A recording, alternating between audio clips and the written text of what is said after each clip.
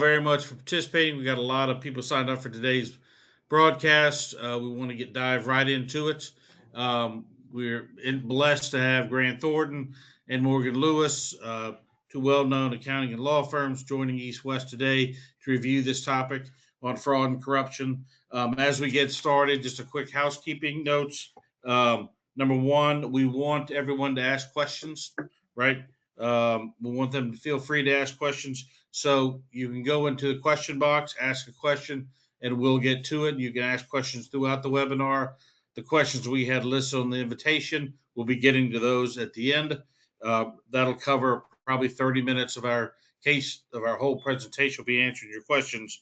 But feel free to click on the questions and ask them throughout. We're also making the webinar presentation and the recording available to everybody. You'll be receiving that first of next week. Okay, so as we go to the webinar agenda, I'm first going to introduce Grant Thornton, the Morgan Lewis, and then East West. Have a brief discussion on fraud and corruption, why it's so relevant. We have two case studies and then the Q&A session, and that'll be probably 30 minutes of Q&A session. Will be about 35 minutes of the whole presentation. But we've got some great case studies prior to that I think people want to hear. So I'm going to turn it over now to Grant Thornton. Tim, if you will take it away. Very good. Thank you very much, Alex, and thanks to East West for putting this webinar on. And good morning, everyone. My name is Tim Claudy. I'm based in Shanghai. I've been here for a little over 20 years now, and I lead the forensic advisory practice for Grant Thornton in Shanghai. Prior to this, I was with a Big Four firm for 10 years, and I've been around forensic accounting now for up to 2 decades in China. First came out to China more than 30 years ago, and I'm originally from the Midwest, and look forward to sharing some insights today and also giving some perspectives on doing business in China from a forensic advisory perspective. Terrific. I've switched to the next one, slide 5. Yeah, let me take a couple of moments to just give a brief overview of Grant Thornton in general. Globally, we're a firm of about 150, presence of 150 countries with over 700 offices, very active in the United States, offices in nearly every state. And in China, on the next slide, where I'm based in Shanghai, we pretty much serve the multinational community. We do have offices in 29 locations around the country, and with 7,000 professionals. Again, as I mentioned, I lead the forensic advisory practice. This is a full-scale service that covers all things compliance related from a corporate perspective, from fraud investigations to e-discovery support to background checks, compliance training, etc. The team has been around about 13 years. I've been leading it for 10. And we're centralized in Shanghai. I've got about 40 professionals that are working with me on these matters for US companies. In addition to the accounting-based forensic work, we also have IT services, which includes like e-discovery, as I said, looking at analytics using big data, managing that for clients, and then also cybersecurity support as listed here. I'd like to take a couple of minutes just to kind of share with everyone, and certainly all of these brochures are available. We look at specific industries and sectors, geographies and services. You can see that we've updated our corporate brochure this year. And on the next slide, we put out quarterly, starting in 2024, we put out quarterly insights that we talk about. This is all coming from feedback in the market. There's questions about how AI impacts forensic accounting, so we wrote about that. Questions about FCPA suspension, so we wrote about that. Psychology of fraud as another example. And then on the last slide, I want to highlight 2 specific insights that we've written just this year. First is on how culture impacts compliance and what the role of that cultural lens needs to be when you're dealing with investigation work. Second would be on, as we've seen a lot of companies are getting back out to the market, and that reduces budgets for compliance programs inside. So how to develop a sustainable program on compliance on a shoestring budget. So these types of insights we find very valuable to share with clients, and we're certainly more than happy to pass them along if you are interested to read about them. Thanks, Alex. Certainly. Now we're going to introduce Morgan Lewis. Leslie, if you will take it away. Sure. Thank you, Alex, and welcome everyone. Thank you for joining us. Morgan Lewis is a global firm. We are across multiple continents, practicing in all jurisdictions in North America, Asia, Middle East, and East Asia, and also have LATAM capabilities. We have more than 30 offices. Beijing and Shanghai, Hong Kong are our China offices. I've been based in China for 20 years, working across our Beijing and Shanghai offices. And we are a full service firm across the world, but also in Beijing and Shanghai, as well as Hong Kong, and have been working in China for many years, servicing and assisting multinationals. I lead our labor and employment practice in APAC. And I also work across our litigation practice for investigations and compliance related matters, export controls and sanctions. This presentation, obviously, about fraud and corruption is in my sweet spot. I do a lot of investigations with respect to employee misconduct around embezzlement, fraud, corruption. And so that's what we'll get into today. You can move along, Alex. I want to make sure we have time for our case studies. Great. Okay. On the East-West side, we will brief introduction on East-West. We're based in China, Southeast Asia, Central Eastern Europe, Poland, Mexico, and the United States in those 5 markets. Right. The team that we have at East-West, we're an operations execution firm. We're not lawyers. We're not accountants. We've got great lawyers and great accountants on the call today. Ours are operational execution firm, meaning we've got executives who all have one qualification, and that is they have had P&L responsibilities for running a U.S. company on the ground in the 5 markets we play of China, Southeast Asia, which would be Vietnam, Thailand, Philippines, etc., Mexico, Poland, and the United States. And you can see some of the companies we brought in. Our core services, our operational execution practice really falls into 4 areas. The first is global manufacturing and supply chain footprint, and that's now a big move to get supply chain footprint closer to their customers. That would include closing factories, starting factories, relocating factories. We're doing that across the globe now. Site selection work, our operational and commercial performance practice, that covers our M&A due diligence practice and our operational turnaround practice. The third area is human resources and risk management.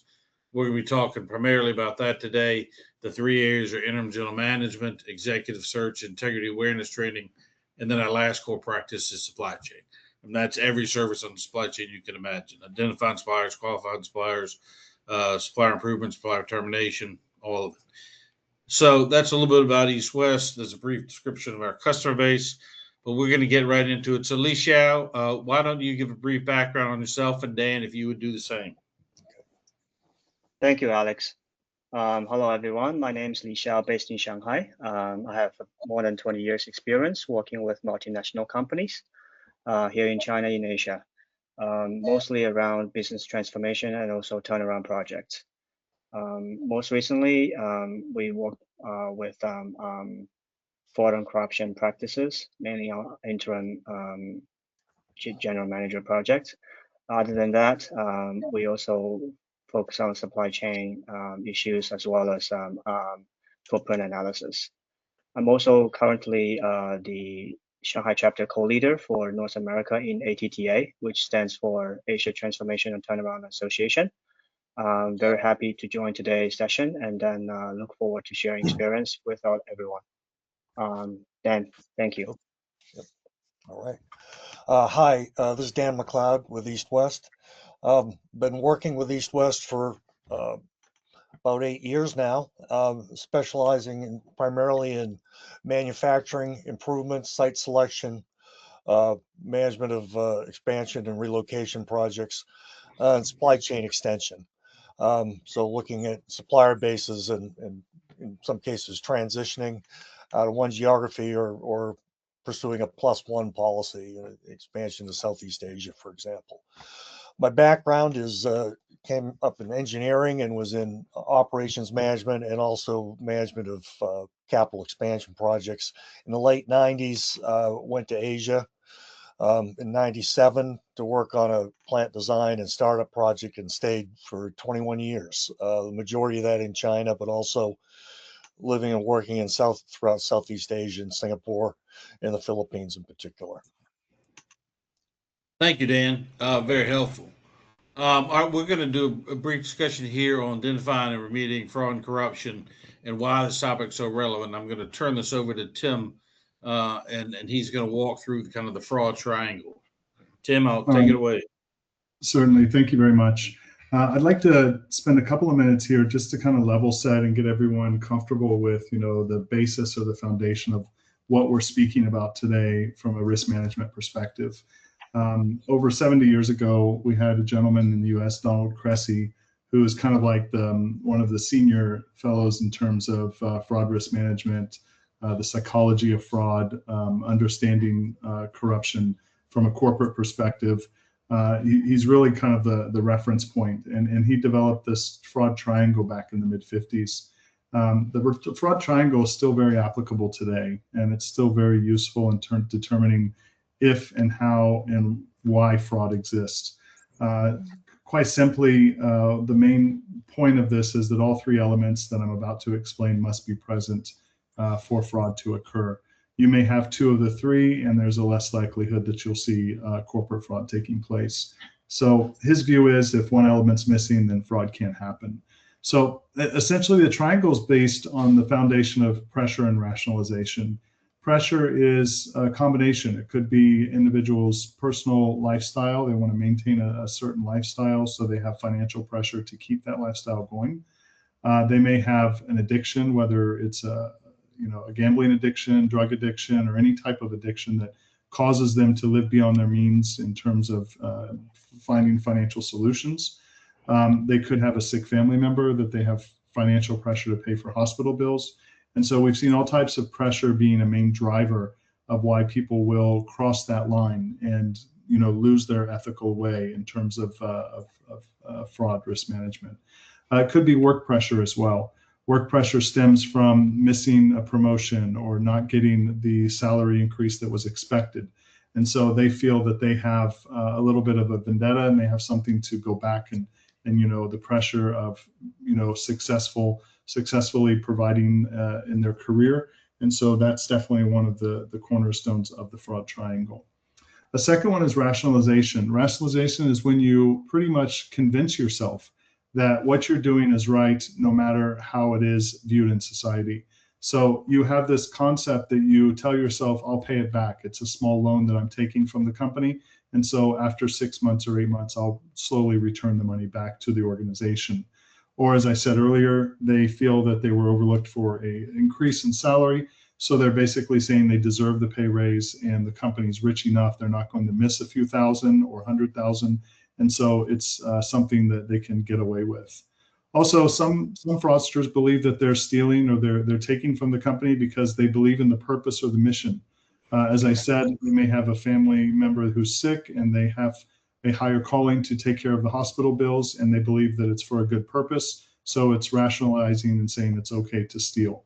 And then the third at the top is the opportunity that the organization allows the fraudster to open the door. For example, weak internal controls. We saw a few years back where a lot of employees were working from home, and this caused a lot of IT issues in terms of security and safety because they were working off non-secure email servers and lines. And so internal controls, you had a single person signing off on multiple layers of approvals, for example, and also the ineffective monitoring of the controls. And so there was a lack of that. So when you combine opportunity with pressure and rationalization, typically it's an open season for fraud. And we've got a lot of examples. We're going to share some cases in a few minutes of where this really is a reality in China and all around the world. Next slide. Sure. In this slide, I want to just kind of balance, and justify why we're confident that this is really a useful topic, because certainly over the years, we've seen a lot of geopolitical challenges between the US and China, and this has kind of seeped into the business environment. And as a result, you have a quite unpredictable business environment here at times. You have In China, we wake up and hear the news like, okay, what's happening now in terms of the tariffs? What's going on with the supply chain issues? What's going on with getting products out at a decent rate? And so there's a lot of risk to, doing business in China. It hasn't changed over the years. I'd say it's become more heightened. I just read today that Morgan Stanley is requiring all Hong Kong employees to have burner phones when they go into China, which is turning this whole concept of decoupling into a reality because they don't feel safety and security from an IT perspective coming into China. And so we see a lot of companies that are taking steps to, fortify or separate themselves from their China business. And that's caused a kind of a messy situation because we know that China still remains a very important market to the global business community. And so we've got to, make sure that we're fortified, following the laws, of course, but also do it in a way that, maintains our standards. And so we're talking about fraud mitigation. Fraud is impossible to eliminate. It simply can be reduced or mitigated. And so why we think this topic's relevant is because it's really something that we see every day in 2026. That's great. Thank you, Tim. And so now we're going to dive right into it. As we said, we've got two case studies. The first case study, Lixiao, I will turn that over to you for case study number one.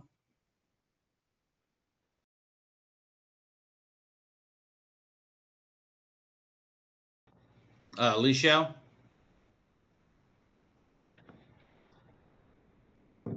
Sorry, guys, I was on mute. Thank you, Alex.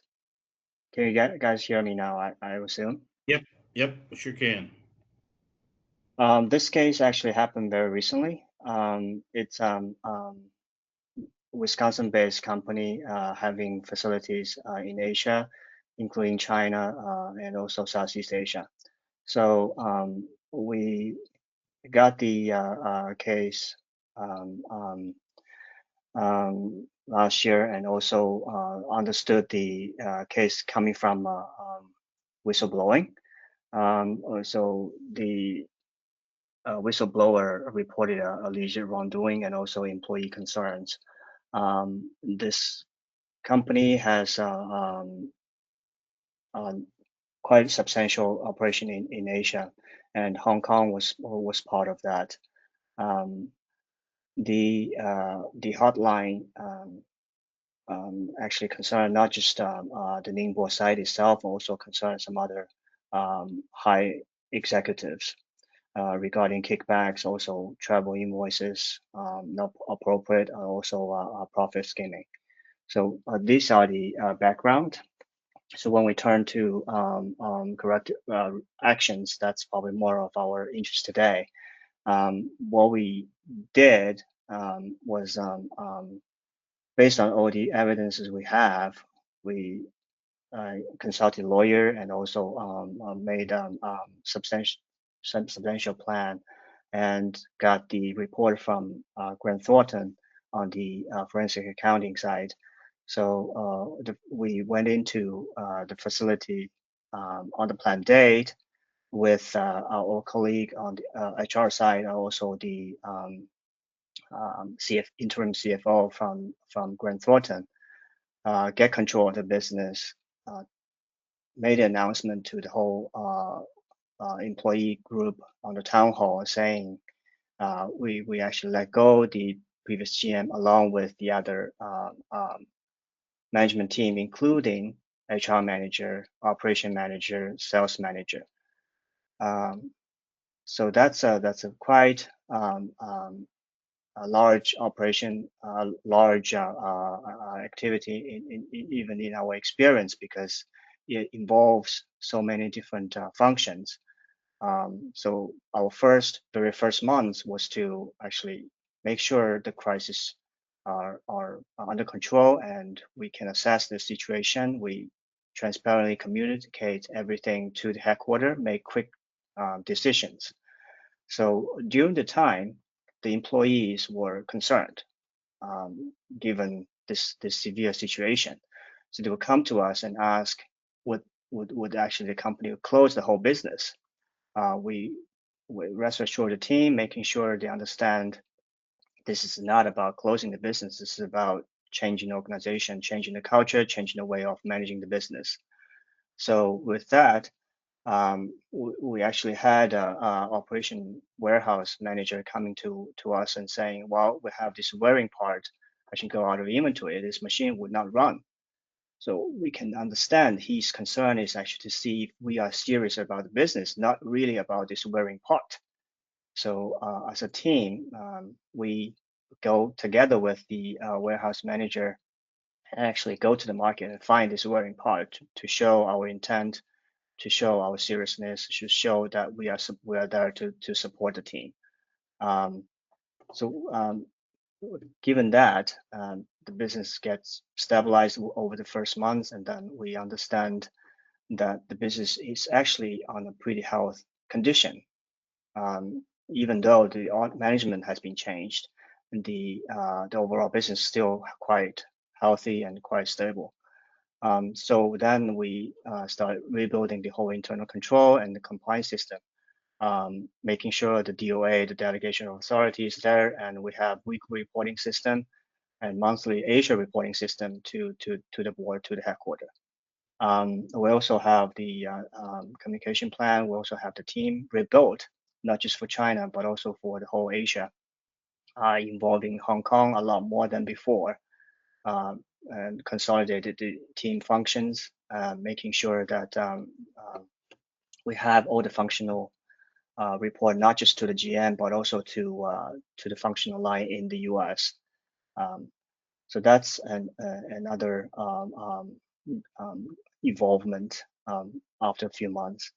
And then after 3 to 4 months, we can see the China business is going pretty stable. We had the customer, we have the suppliers on a regular dialogue basis, because they were also concerned what's going on with this major management change. And with our close communication with not just the sales team, but also the distributorship, we have actually maintained our China growth. More importantly, with the organization structure change, like I mentioned earlier, the Hong Kong and the Southeast Asia had a tremendous growth, about over 50% over the last few months. So that's also a great confidence to the headquarters. After this revitalization plan, another thing we planned after that was the transition. And along the line, we have started looking for a permanent GM, which we help because we know what the business look like, we know what the function will require, and we know what this position we need to communicate with the headquarters. So help with the job description. We also define the recruitment plan, and also more importantly, we made sure that we have kept the communication with the candidate, even though he has not been on board. So the recruitment process itself is about 4 to 5 months, and after that, we had a very smooth transition, so which helped the GM get on board to understand the team and understand the challenges and also opportunities in front of him. And the last thing, or not the least, but to mention is the integrity awareness training helped realign everything, and also we will do this annually, making sure it's in both English and Chinese. So we have the message consistent together with the headquarters, so which is another very helpful channel to prevent this from happening or strengthen our compliance message. Great. And I think, Licia, you said that training was just reviewing past case studies with the people on the floor, right? To make sure that they knew what to do. All right. Well, thank you very much for that case study. I'm going to now turn it over. Grant Thornton and Morgan Lewis are going to do a case study together. So I'll turn it over. Leslie, I think first slide to you here on the allegations and background. Great. Thank you, Alex. So this is a matter that involved a number of allegations that were submitted from a purported internal source because the individual knew so much about the organization, but we never did learn who it was. And an external vendor who was quite disgruntled after being replaced for for what they saw was no reason except for favoritism and kickbacks and nepotism with respect to a new vendor that had no track record. The allegations were about self-dealing, about kickbacks, about conflicts of interest, where the country manager, the head of sales, those in procurement were all setting up side companies that were then being used as vendors, that they were manipulating inventory, that they were giving improper gifts and entertainment out, and that they were making false entries in their books and records or manipulating their tax and other financial records. The China subsidiary was small. This is a US listed company, and the China operations were less than 1% of global revenue. So they were not material from a US regulatory perspective. And so very little time and energy was spent managing this entity. They really did run independently and had very few controls from head office. The country manager had been there a long time. He controlled everything.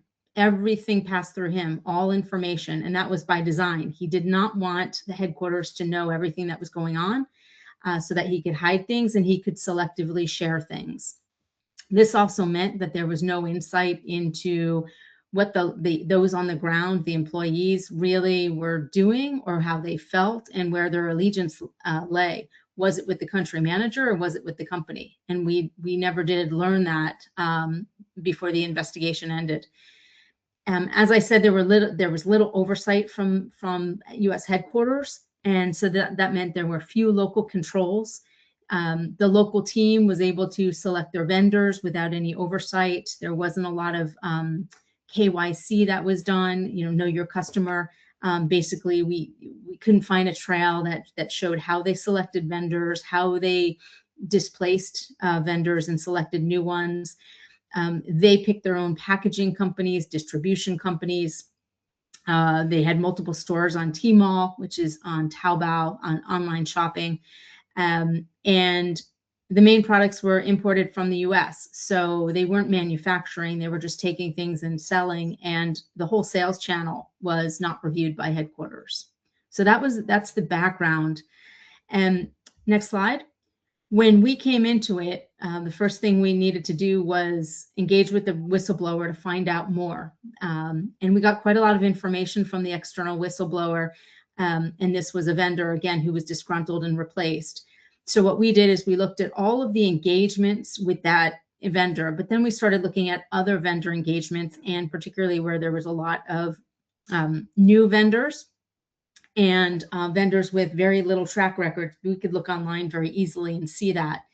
And we then look into all the expenses as well as the contracts with those new vendors to see what exactly was being paid, how it was being paid. And there were a lot of suspicious transactions, some suspicious cash reimbursements from employees of the company to vendors, and they weren't to a company. They weren't company to company. They were individual to individual, employee of the subsidiary of our client to individuals at the vendor.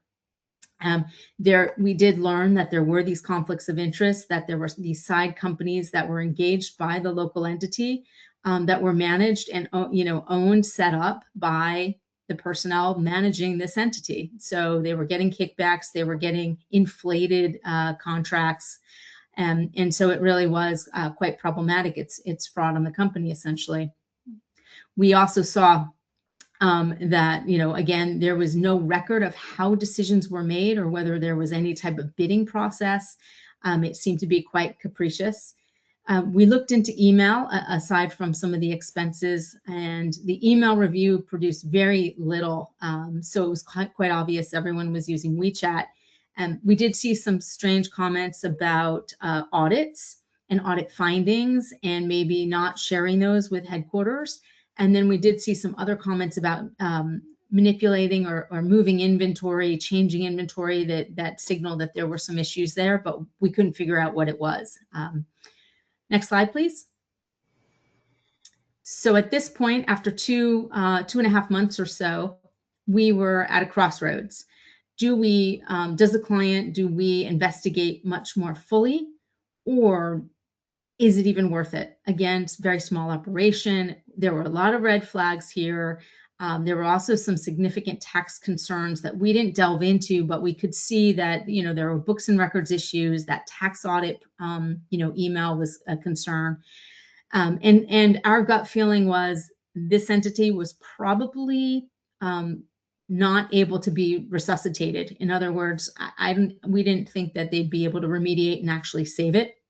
And I didn't want the client to spend too much money on a major investigation if that was going to be the end result. The client wanted us to go in and interview senior personnel. We decided that was probably a waste of their money. Instead, we engaged a forensic accountant. We asked them to do some email review, image laptops, and review documents on the laptops, and conduct some business intelligence about other ways that they were doing business, other entities that they were engaging with, new warehouses and addresses that that we found in their systems. And the goal was, again, to see if the company was salvageable or not. So the client didn't spend a huge amount of money to find out later it wasn't going to be salvageable. And a key consideration here, the FCPA risks were minimal. And so that was really why the risks for the company in the US were not so significant, because we didn't have cross-border legal concerns. We didn't see some fraud on third parties either. Very often we will see those FCPA risks or fraud on third parties, and that might change the analysis as to whether to go in and really do a full investigation. So we engaged Grant Thornton, and Tim will talk about what his team did. But the one thing that was really interesting is that we never did reveal to the local team that there was any investigation. And I think that really preserved the integrity of everything we did. We were able to do it so it just looked like a tax audit. Tim, I'll give it back to you. Wonderful. Thank you, Leslie. I've got a few slides here to share with everyone a little bit about the forensic accounting perspective of what Leslie's described and the work that we performed. When we came into this, there was work that was already done, as Leslie described. We had received, going into this, 8 anonymous whistleblower letters from the client. We also had a nice summary of findings from Morgan Lewis and what they'd completed to date. And this gave us a great starting point. We noticed that the allegations targeted 5 suspicious employees, including the top general manager, and then sales, QC engineer, and a purchasing specialist, and others. And we were asked to really look into, from, again, a forensic accounting perspective, the shell vendors, inventory fraud, sales manipulation, abusive expenses, which you'll hear about in a couple of minutes, and then bribery and corruption. One of the first things that we do is go through a checklist with the client, understand what their objectives are, and then also look at the review period. We were asked to look about 2.5 years of expenses and reimbursements. We usually suggest at least 2 years, or when a new vendor was onboarded, whether it would be 3 or 5 years, to see when that relationship changed. So our objective really was to identify any direct evidence to support or validate or even deny the allegations that were raised, and then also look at any other concerns, simply because we don't know what the hidden risks are until we get into the work and start digging. And so we needed these answers fast because, as you can imagine, these types of issues are very urgent, and all the uncertainty added up meant potential losses and brain damage. So this is our mission to start out. Our approach in the next slide really highlights the 3 methodologies that we took to complete this case for the client. First was the accounting work. We went on site, conducted 8 interviews, including 5 of the targets. We looked at, the situation in the finance department, sales, warehouse, cross-checking all of these interviews with the allegations that were raised. We looked at transactions and accounting records. We tested them. Over 200 samples were tested, looking at related documents like vendor contracts, invoices, bank slips, to really get behind the numbers and behind the situation and the allegations. Alongside of that, in a separate work stream, we looked at the technology. So the technology would be content on the laptops. What we did was we raised a story that there was a virus in the computers, and it was important, working alongside headquarters to develop a story to take the computers, kill the virus, and then return the computers. In the meantime, we were targeting those 5 and 6 laptops, and we used that time with the computers to image the hard drives.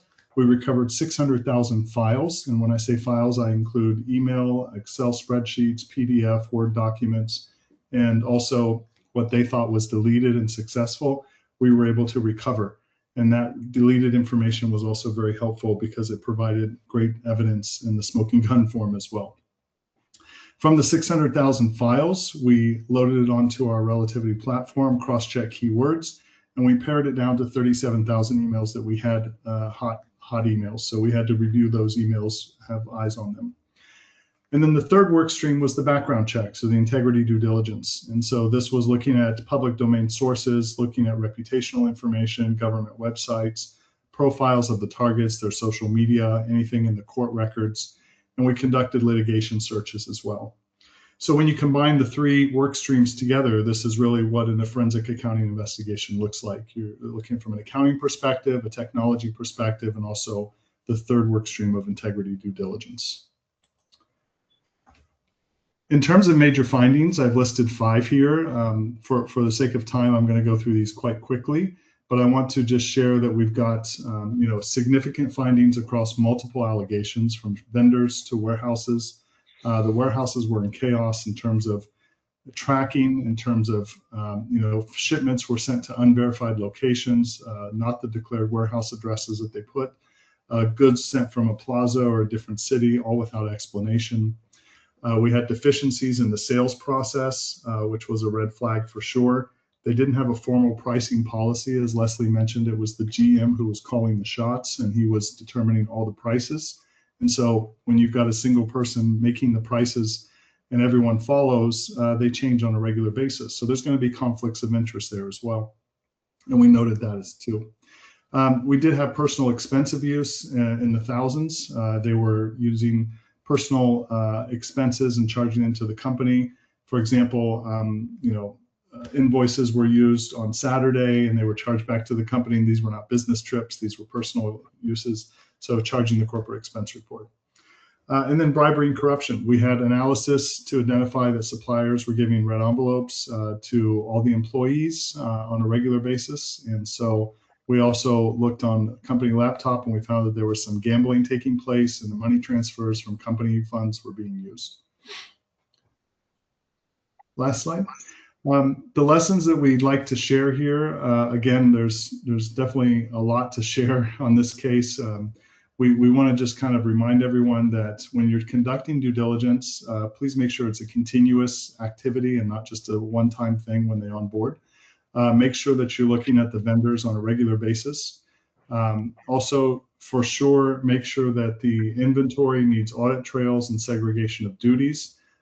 This sounds, like second nature for many of us, but you'd be surprised out in the subsidiaries, 7,000 miles away, that sometimes this does not take place. We saw a single user making millions of inventory adjustments. No explanation, no comments, no justification. He was just doing it on his own, no second pair of eyes. We also saw, there were unverified shipping locations as well, and we don't know where that inventory went because the system had no audit trail and no one questioned it. A third thing that I'd like to share is that certainly sales governance requires formal policies and also channel integrity. When you're in a sales environment, making sure that the governance, it's often a weak link in the company's business operations, making sure that they have formal pricing policies, making sure that distributors are actually who they say they are and they're not shell companies. Make sure there are written policies, regular audits, screen your distributors, and also don't assume that no news is good news. Things are going well because everything's quiet is not necessarily the case.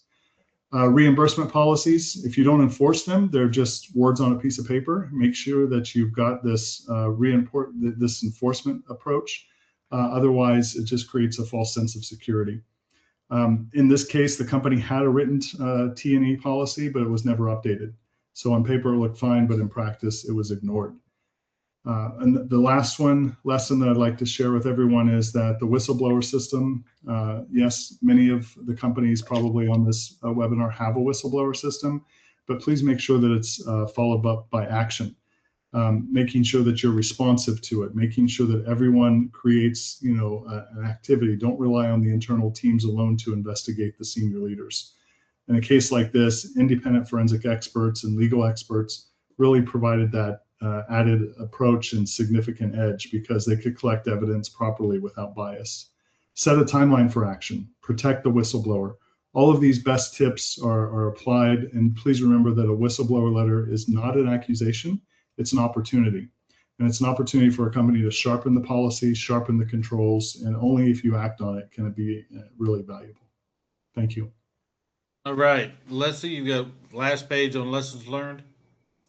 Yes. So thanks, Tim, for providing the lessons learned from the more of the forensic accounting and business intelligence perspective. These are more from the employment and from the compliance legal perspective. We often see too much trust placed in one person. And in this case, it was, there was all the trust was placed in one person and no one ever questioned anyone else in the organization or him about how he was managing, how he was conducting business. That was one issue. Another issue was that, again, one person managed everything. There were no other lines of supervision into either procurement or sales or finance.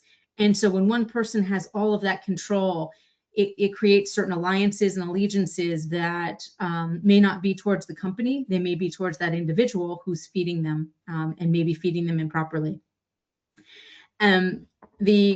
Here, because of the lack of control or the lack of real understanding of how the company was doing business, there was no insight into how they were managing assets, whether people had laptops that were issued by the company or whether they were using their personal equipment, where how the IT was set up. That all created some real issues with respect to the investigation. I talked about the fact that there were loose fiscal policies.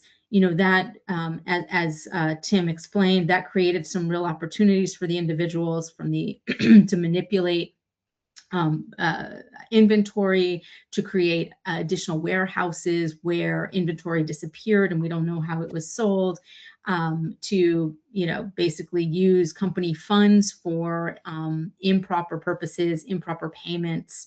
And some very strange, as I said, person-to-person payments as opposed to company-to-company, which created issues from a books and controls perspective, which for a US listed company obviously is a concern, and created some issues under Chinese law with respect to the accounting issues and the lack of official invoices, tax concerns.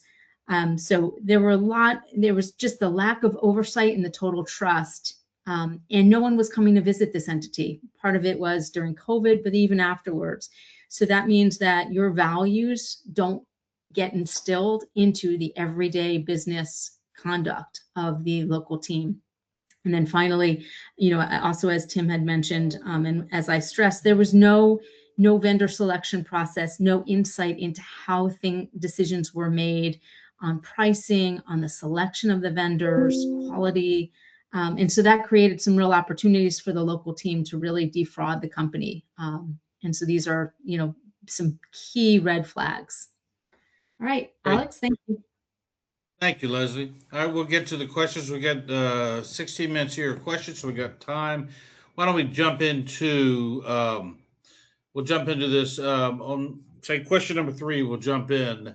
Lichelle, why don't you take that from an operational point of view? Question is, what do we do now if we suspect fraud, corruption, IP theft at the China operation? Lichelle, why don't you talk about the operational side, and Leslie and talk about the legal side, and Tim talk about the financial accounting side of that question. Sure, I can start. We have met many cases like that when a company has some suspect employees having fraud or corruption issues. We'll always recommend to start securing the evidence first, and do initiate certain investigation, engage a third party like us, including law firms, forensic accounting firms, and interim GM firms to make sure that there are measures prepared or also mitigation plan ready. And also, then another important thing to remind is to secure the financial controls, including the business license and also company charts, making sure the company is under control, and will not have these chops and license away from the company. And then it's fairly straightforward to execute the plan and then make sure have everybody aligned. One example to share, actually, we had a case from a company, it's an Ohio-based company in Tianjin, in China. Initially, the case was around the GM, but later on, we found out actually he's well connected with the finance manager and the sales director. Other than that, when we actually secure the evidence, we found out actually the finance manager was already copying the formula of the product to the pen drive. So that becomes a very important evidence when we get down to the court, and then actually let go the people without any severance. Tim or Leslie, you want to add to that? Sure, happy to. Building on what Li Xiao has just said, once you try and maintain the control of the entity, this is still about suspicious activity. We haven't yet identified that there has been fraud that's taken place or corruption.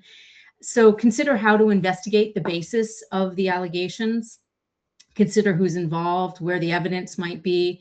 Li Xiao talked about securing evidence, seeking a way to do that in a way that doesn't tip off the targets of the investigation. Maybe review purchase orders, review your supplier selection criteria, review invoices and expenses. T&E is usually a solid place to audit, following where the money is going. And then I would understand how that IP theft is taking place. What's the allegation, and how can you secure that, or can you track it? Can you monitor it? If it is through a thumb drive, or if it is through WeChat, for example, then there's going to be something on probably the laptop. That then the laptop, there's some way to get it into WeChat, or onto the into the phone and onto WeChat. So trying to see how you can investigate it and coming up with a plan so that you can actually see whether it's taking place or not. Thank you. Tim, do you have anything to add to that? No, I think we're good. They've nailed it. So feel free to move on to the next questions. Well, I just got a question that has come forward, and we've had calls like this with other clients. So on question number 9, it talked about, if I have a problem in China, what's my degree of risk? Is my degree of risk limited to China? And I know we've gotten that question before from other individual companies. So Li Xiao, why don't you address that from East West operational point of view? Yeah, this is a common question. Well, the answer is no. This is definitely not limited to China. I'm sure Leslie and Tim can add to that. As to my knowledge, that FCPA can be a huge concern or a risk, and also a reputational and also market risk.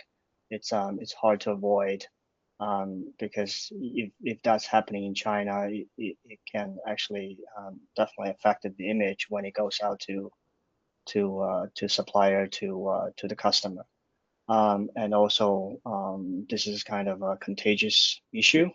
If one leader, especially when a GM or the top leader happen with this kind of issue, the other middle management may have sort of connection to that. It happens a lot in our last few cases.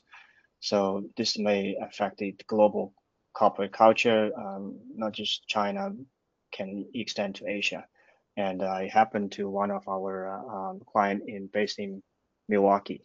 So that actually affect our client's Hong Kong office. So the China office had GM actually worked together with the Hong Kong manager to set up another entity. So to sell a similar product line, and then that's definitely hard to. It's not a China issue to start with. Yeah, agreed. Tim or Leslie, would you all like to add to that? Yeah, I totally agree. I think that China, in many cases, has been, leading the way in production for a lot of companies. For many companies during COVID, it was kind of, helping build up and, even before saving a lot of the global revenue bottom line numbers for organizations. So China built their talent pool, they built their technical pool, their supply chains, and those subsidiaries really had a definite mover's advantage. And if the problem is in China, I mean, as Li Xiao said, it can be contagious because a lot of the best practices in the region have come from China. And so I think that it's good to look, at the issues and the allegations that are being raised, but certainly, please don't assume that silence is a good thing. And so always healthy to do risk assessments and health checks at a regional level, not just in China. 100% agree with that.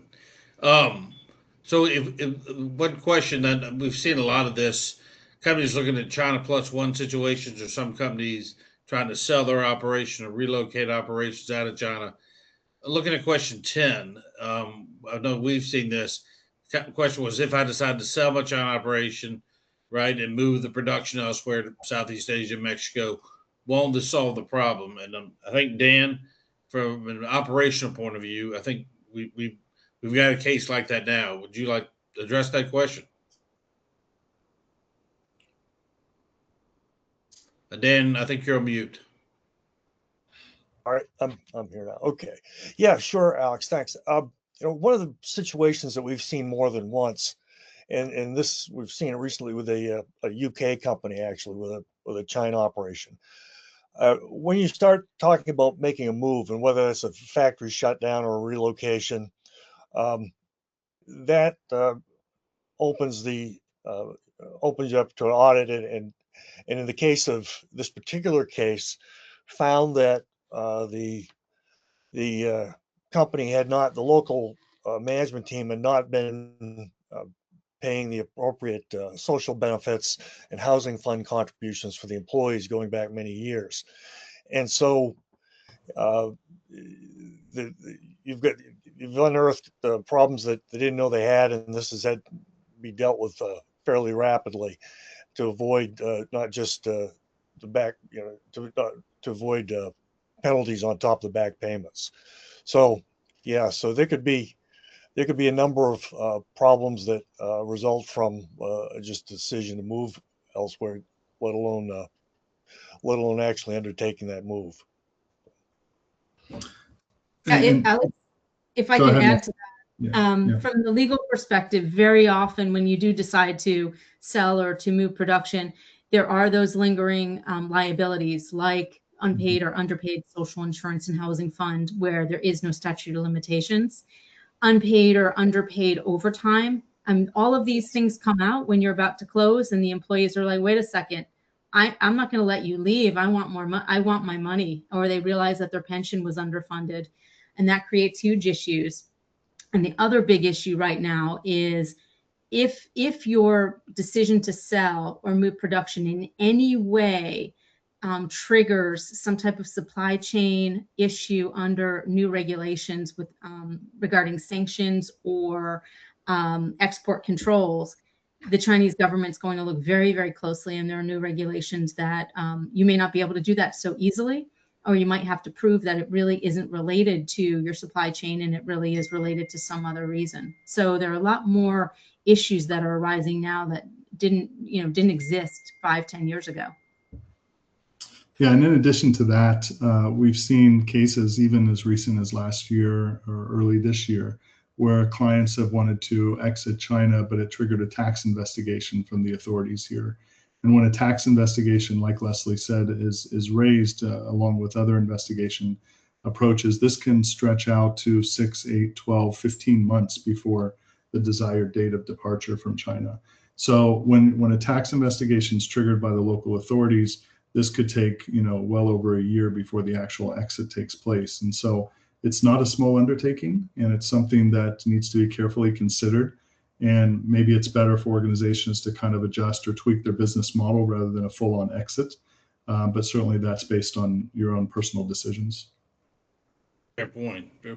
One of the questions that's come up, kind of set the stage to this. On question number 1, we've gotten some questions on that, why China's current environment is leading to more fraud and corruption.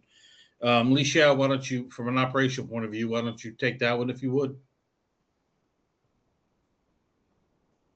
Sure. This is actually there are actually some common area, and I'm not sure this is China, but it happens a lot in China. Mostly, our observation is there are some disconnect between the headquarters and also China, as Leslie and Tim mentioned earlier. There's very little oversight, probably because of COVID or the travel is getting more difficult. That created definitely a gap. That's one of the reasons. The other thing could be incomplete or missing compliance training. There's still sort of misconception about compliance in China, especially with some senior leaders. So they will put some gray area or gray zone under for as granted, right? So that could be one of the trigger. Another thing is also, as we previously mentioned, the concentration of local authority. That's another common problem. And our recommendation to the senior leadership in headquarters is always focus on what he or she does, what the China local leader does, instead of listening to what they say, because what really happening in the market can be totally different of what they really say. That's one thing, and another reason probably because of is China labor law, and Leslie may add to this. It's quite in favor to employees, so that's another reason that we found could be relevant to this. I think, Li Xiao, you had a question on a case on IP theft, didn't you? Yeah, it's actually came with a client from Tennessee. They have a facility in Zhejiang province. This happened exactly when the COVID happens. So there were about 2 years gap when U.S. executives cannot come to China. This GM set up an entity getting Chinese subsidies, China local government subsidies to set up a high-tech company, and also using the same formula and IP to register the product trademarks and also patents. So that's a very, very severe action. So yeah, it happened exactly during COVID time. Leslie, Tim, do you all want to add to that?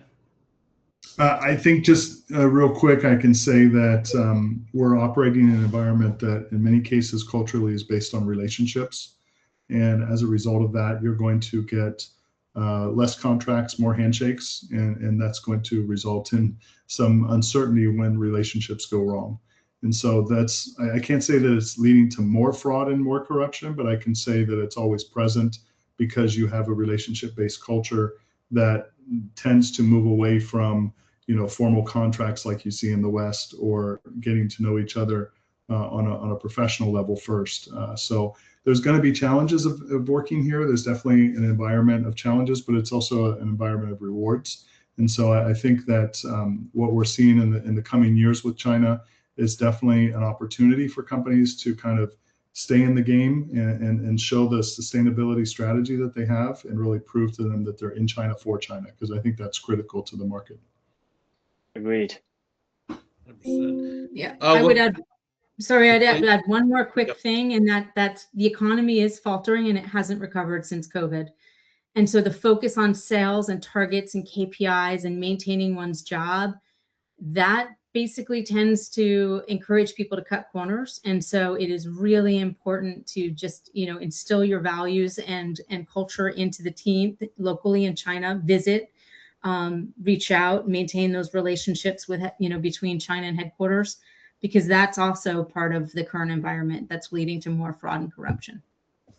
100% agree with that, and it's actually making when we're looking for new candidates, right? People are very hesitant in this market. The last question I have, and someone just sent us a text asking for this one, is on question number 6, which I think is relevant to everybody here. This is really about how do they contain the damage, right? If you know somebody is committed fraud and corruption, right? You know that. You know who the identified employees are. How do you contain the damage to just that employee, or do you go out letting all the other employees know, okay, this person did this, this is a penalty? How do you contain that? Because you don't want that going to your competitors. You don't want your distributors and salespeople getting nervous about it, but you also want to share a lesson. So from an operational point of view, Li Xiao, why don't you take that real quick? Yeah. What we suggest is to prioritize the confidentiality before judgment, as also Leslie and Tim mentioned. Sometimes these allegations are not really solid or it's not really properly fired. So we need to prioritize confidentiality first and try to do it in a discreet way. And also separate the individual case from general training. So when we do try to have an impact or try to train our employees, we can make these kind of cases into kind of a general. This messaging should be actually reinforce the company value instead of just to blame one person or make it make it into an individual matter. Another thing that we should always talk about speak up culture, because China is more of mild. In general, we don't really try to criticize people in front, but we do hope people can speak up and then not just stay quiet or don't pretend nothing happened. One of our client actually in Zhuhai, it's also Midwest based. What we did was to have continuous integrity awareness training, like I mentioned earlier in my previous slide. That would definitely help the whole culture, set up the culture, and also make it visible to everyone, and then build up strengthening the company value. Tim and Leslie, would you all like to take that? Yeah, I'd like to add one thing if I can. I know we're a bit over time and I apologize, but one thing to consider is that fraud typically takes about 12 to 16 months before it's truly identified in the organization. And so we just had a recent release by the ACFE on their report to the nations a couple of weeks ago. And the findings are clear. 5% of government of the company's revenue is typically lost to fraud. And it takes about a year to a year and a half to identify it. So when you're talking about containing the damage, make sure that you clearly understand who's involved. And another stat to read out of this is that it's very rare that it's a single fraudster. Many times people are working in conjunction with each other across departments, and make sure that you're very clear on the depth and the breadth of the issue. Please don't make rash decisions. Don't try to solve something within 2 days. Go methodically and slowly into it so you can, make sure that it's addressed properly. Leslie, would you like the final word on that? Sure, I would agree with that. It is really challenging. You want everyone to know that what the company values are, and that the company is not going to tolerate misconduct. But you also have to be very careful not to defame the identified employee, and so you want to handle that very carefully. And you never want to point out why the person was let go, but everyone will know afterwards why anyone was let go. They'll talk, and so they'll know that you've done the right thing, and you might get some other people coming out of the woodwork to let you know exactly what was happening. So I think be careful, be methodical, as was said, and engage a lawyer for this, because it does require some careful dancing. Very, very point. Well, that is, I wanted to get that last question in because someone had asked us about it on this morning.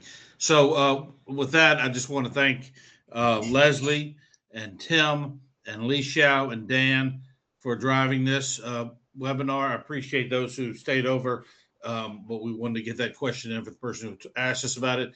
Again, you all will receive the presentation deck and the recording for this, and it'll have the information on there for everybody who was a speaker this morning. Thank you very much, and that concludes today's webinar here at Fraud and Corruption. Thank you. Bye-bye.